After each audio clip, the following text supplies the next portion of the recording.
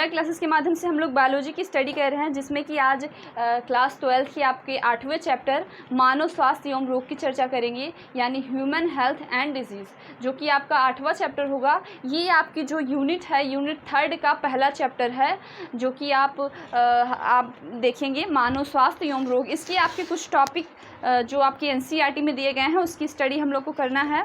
तो ये जो आपका चैप्टर है वो आपकी जो एनसीईआरटी में यूनिट, क्योंकि आपकी एनसीईआरटी जो है यूनिट वाइज डिवाइड है, तो ये आपके यूनिट जो आपकी यूनिट आपकी तीसरी जो आपकी यूनिट, क्योंकि जो आपकी अगर एनसीईआरटी के अकॉर्डिंग हम देखेंगे आपकी 12th और 11th की एनसीईआरटी सेम ही है।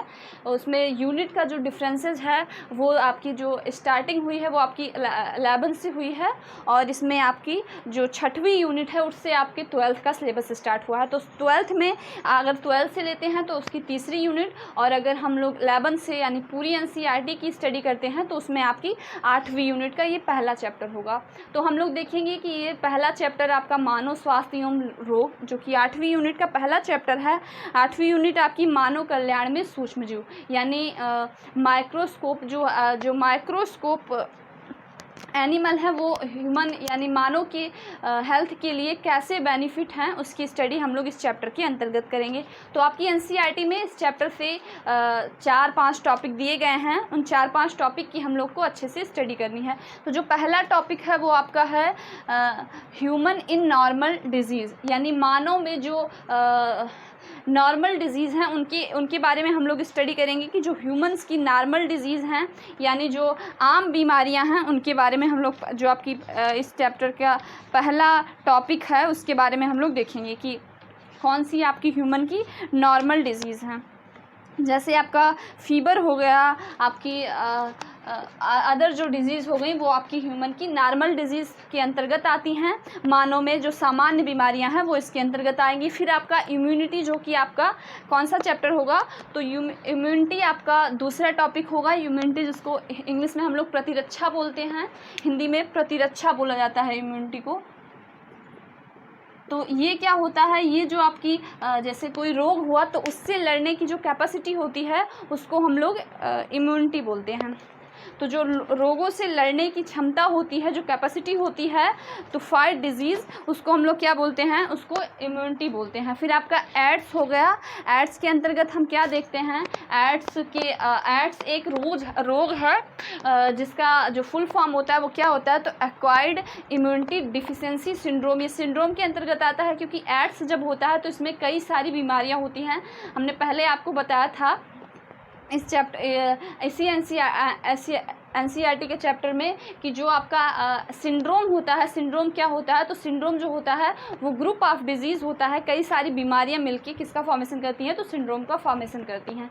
तो हम लोग एक्वायर्ड जो आपका एड्स है वो क्या है, एक्वायर्ड इम्यूनिटी डिफिशिएंसी सिंड्रोम, जो आपका एक टाइप का सिंड्रोम है एड्स आपका, क्योंकि एड्स होगा तो कई सारी बीमारियाँ होंगी। एड्स जो इसको HIV नामक वायरस से जो आपका एड्स होता है। फिर दूसरी जो चौथा टॉपिक होगा वो क्या होगा, कैंसर। हम लोग को कैंसर की डीपली स्टडी करनी होगी कि कैंसर के टाइप कौन कौन से होते हैं, इसके बारे में देखना होगा। फिर आपका drug and alcohol and it's mechanism, यानी हम लोग कैसे इसके जो मिसयूज है ड्रग का, अल्कोहल का, इसका मिसयूज क्या है और इसका यूज़ क्या है। जैसे अब कफ सिरप वगैरह होती हैं तो उसमें अल्कोहल का यूज होता है, तो कुछ इसके बेनिफिट्स हैं, कुछ आपके अल्कोहल के बेनिफिट्स हैं और कुछ क्या हैं, कुछ इसके नकारात्मक प्रभाव हैं। तो हम लोग देखेंगे कि एड्स के कौन कौन से ऐसे प्रभाव हैं जो नकारात्मक हैं और कौन कौन से ऐसे प्रभाव हैं जो सकारात्मक हैं। यानी सकारात्मक तो कम ही हैं, अल्कोहल से नकारात्मक ज़्यादा इसके प्रभाव हैं। तो इसके बारे में हम लोग देखेंगे। फिर जो आपका जो हेल्थ है, इस चैप्टर का जो पहला टॉपिक आता है आपका हेल्थ आता है। तो हेल्थ क्या होती है, तो हेल्थ की डिफिनीशन यहाँ लिखी है, health this is a state of complete physical meaning and society well being and not. तो इसका मतलब क्या होगा, हम लोग जानेंगे कि जो आपकी हेल्थ है उसका हिंदी मतलब क्या होगा। कि कैसे एक पर्सन को हम लोग हेल्थी पर्सन बोलते हैं, कैसे एक पर्सन को एक अनहेल्थी पर्सन बोलते हैं। तो स्वास्थ्य का अर्थ क्या होता है, जो आपका हेल्थ है, वर्ड स्वास्थ्य, उसका मतलब क्या होता है। तो हम लोग जानेंगे कि हेल्थ का मतलब क्या होता है। तो स्वास्थ्य, health is the state of complete physical maintenance and society. तो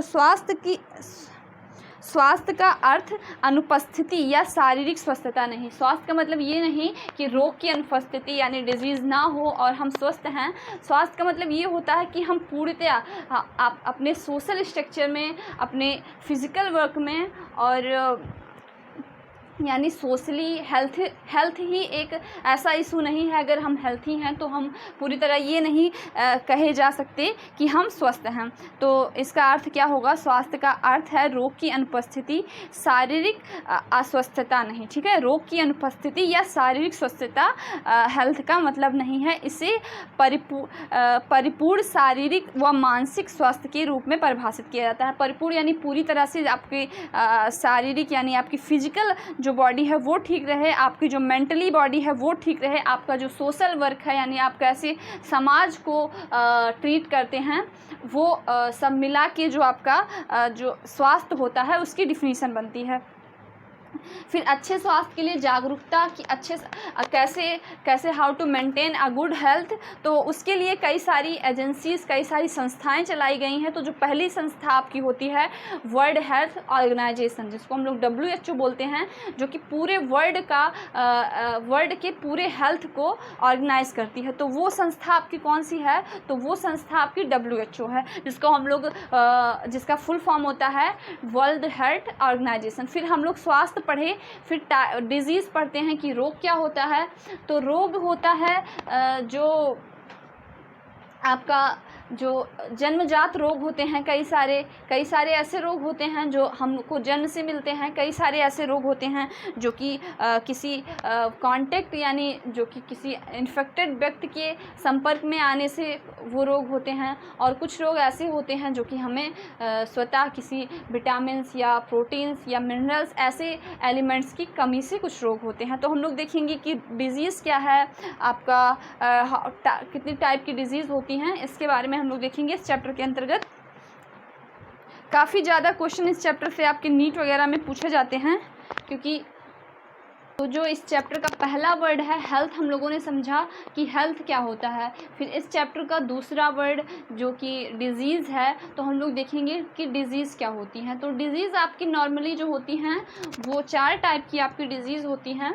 मेनली तो होती हैं आपकी 2 टाइप की, इन्फेक्टेड और नॉन इन्फेक्टेड। इन्फेक्टेड ऐसी डिजीज़ होती हैं जो कि वायरस, बैक्टीरिया तथा फंगी के संपर्क में आने से होती हैं। जब हम किसी इन्फेक्टेड व्यक्ति के कांटेक्ट में आते हैं तब ऐसी डिजीज़ का फैलाव होता है। ये बीमारियां काफ़ी ज़्यादा तेज़ गति से इनमें जो मल्टीप्लिकेशन पावर होती है यानी कि जो फैलने की क्षमता होती है इन बीमारियों की, वो काफ़ी ज़्यादा तेज़ होती हैं। कौन सी बीमारियों की, जो आपकी इन्फेक्टेड डिजीज़ होती हैं, जो कि इन्फेक्शन से होती हैं। फिर दूसरी आती है आपकी नॉन इन्फेक्टेड डिजीज़। जैसे आपकी जो इन्फेक्टेड डिजीज़ में सबसे ख़तरनाक बीमारी कौन सी है, तो जो आपकी इन्फेक्टेड डिजीज़ में सबसे ख़तरनाक बीमारी है वो आपकी एड्स है। याद रखिएगा कि इसकी सबसे ख़तरनाक बीमारी कौन सी है, तो इसकी सबसे ख़तरनाक बीमारी आपकी एड्स है। फिर नॉन इन्फेक्टेड डिजीज़ में सबसे ख़तरनाक बीमारी आपकी जैसे कैंसर हो गया, तो वो नॉन इन्फेक्टेड डिजीज़ की सबसे ख़तरनाक बीमारी मानी जाती है कैंसर। फिर कुछ दूसरी बीमारी होती है जो कि जो आपकी इन्फेक्टेड डिजीज़ होती है, इसको हम लोग संक्रामक रोग बोलते हैं, और नॉन इन्फेक्टेड डिजीज़ को हम लोग असंक्रामक रोग बोलते हैं। संक्रामक रोग मतलब जो कि किसी वायरस या बैक्टीरिया या फंगी के संपर्क में आने से होंगे, और नॉन इन्फेक्टेड डिजीज़ किसी के संपर्क में आने से नहीं होंगी। फिर आपकी जो दूसरी टाइप की बीमारी है वो आपकी जन्मजात रोग है।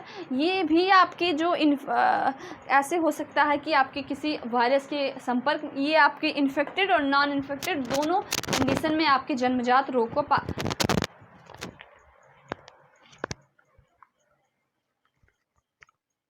वो आपकी 4 टाइप की हो गई। आपकी इन्फेक्टेड हो गई, नॉन इन्फेक्टेड हो गई, और दूसरी हो गई जन्मजात, और तीसरी आपकी उपार्जित रोग होता है।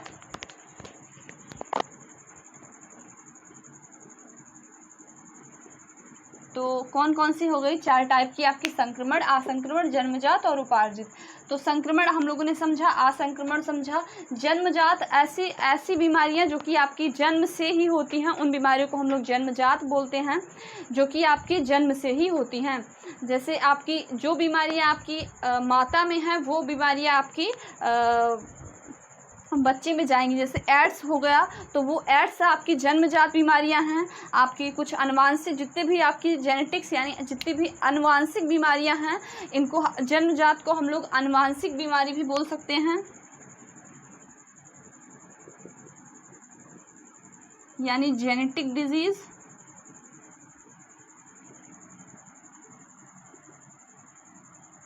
तो जन्मजात को क्या बोलेंगे हम लोग? तो जन्मजात को हम लोग अनुवांशिक यानी जेनेटिक डिजीज बोलेंगे।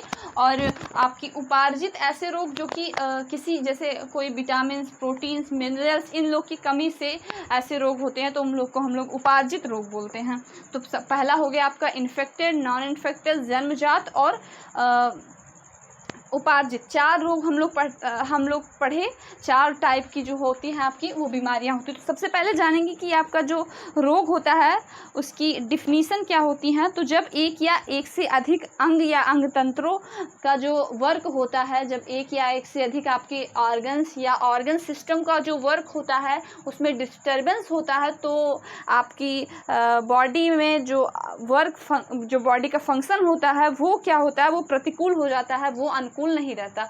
तो उस फिनोमिना को हम लोग क्या बोलते हैं? उस फिनोमिना को हम लोग डिजीज टर्म देते हैं। तो हो गया आपका डिजीज़। फिर हम लोग देखेंगे कि जब सबसे पहले आपकी जो आती है इन्फेक्टेड डिजीज़, तो इन्फेक्टेड डिजीज़ आपकी जैसे आपकी जो इन्फेक्शन क्रिएट करने वाले एनिमल्स होंगे या पार्टिकल्स बोल सकते हैं, क्योंकि एनिमल्स नहीं बोल सकते। तो जो आपकी इन्फेक्टेड डिजीज़ क्रिएट करने वाले पार्टिकल्स होंगे, उनसे ये डिजीज़ क्रिएट होंगी। तो हम लोग जानते हैं कि कौन कौन सी आपकी संक्रामक बीमारियां हैं। जैसे आपका खसरा हो गया, आपकी पोलियो हो गई, आपकी जो चेचक हो गया, गलसुआ हो गया। तो ये सब बीमारियां आपकी कौन सी बीमारियां हैं? तो ये सब आपकी इन्फेक्टेड बीमारियां हैं। तो हम लोग जानेंगे कि कौन कौन सी बीमारियां आपकी इन्फेक्टेड बीमारियां हैं, फिर किस किस वायरस की कमी से या किस किस वायरस के द्वारा कौन कौन सी बीमारियां फैलती हैं। कुछ कुछ बीमारियां आपकी NCERT में दी गई हैं, उनके बारे में हम लोग देखेंगे कि कौन कौन सी बीमारी आप में दी गई हैं। फिर ऐसी बीमारियां जो कि जीवाणु के द्वारा फैलती हैं वो हम लोग को देखना है। ऐसी बीमारियां जो विषाणु के द्वारा फैलती हैं वो देखना है। फिर ऐसी बीमारियां जो कि फंगस के द्वारा फैलती हैं उसको भी देखना है। तो सारी बीमारियों को देखेंगे हम लोग। इन्फेक्टेड डिजीज़ के अंतर्गत कौन कौन सी बीमारियाँ आती हैं। तो जैसे आपके जीवाणु के द्वारा आपकी हैजा हो गए, हैजा आपकी जीवाणु, फिर पेचिस हो गया, टिटनेस हो गया, टाइफाइड हो गया। तो आपकी हैजा, पेचिस, टिटनेस, टाइफाइड, निमोनिया, काली खांसी तथा कोढ़ रोग जो होता है, ये कुछ ऐसी बीमारियां हैं जो कि आपकी जीवाणु के द्वारा होती हैं। तो कौन कौन सी हैं? हैजा है आपका, टाइफाइड है, कोढ़ रोग है आपका, निमोनिया है, काली खांसी है। ये सारी बीमारियां आपके जीवाणु के द्वारा फैलती हैं।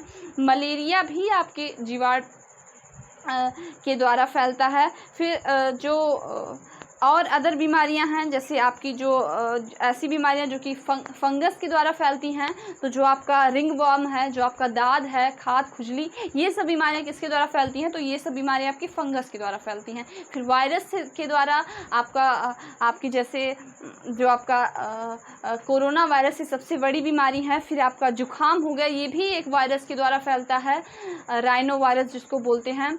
तो फिर ये सारी बीमारियां आपकी वायरस की हो गई। तो एक एक बीमारी की हम लोग डिटेल्स में देखेंगे कि कौन कौन सी बीमारियां किस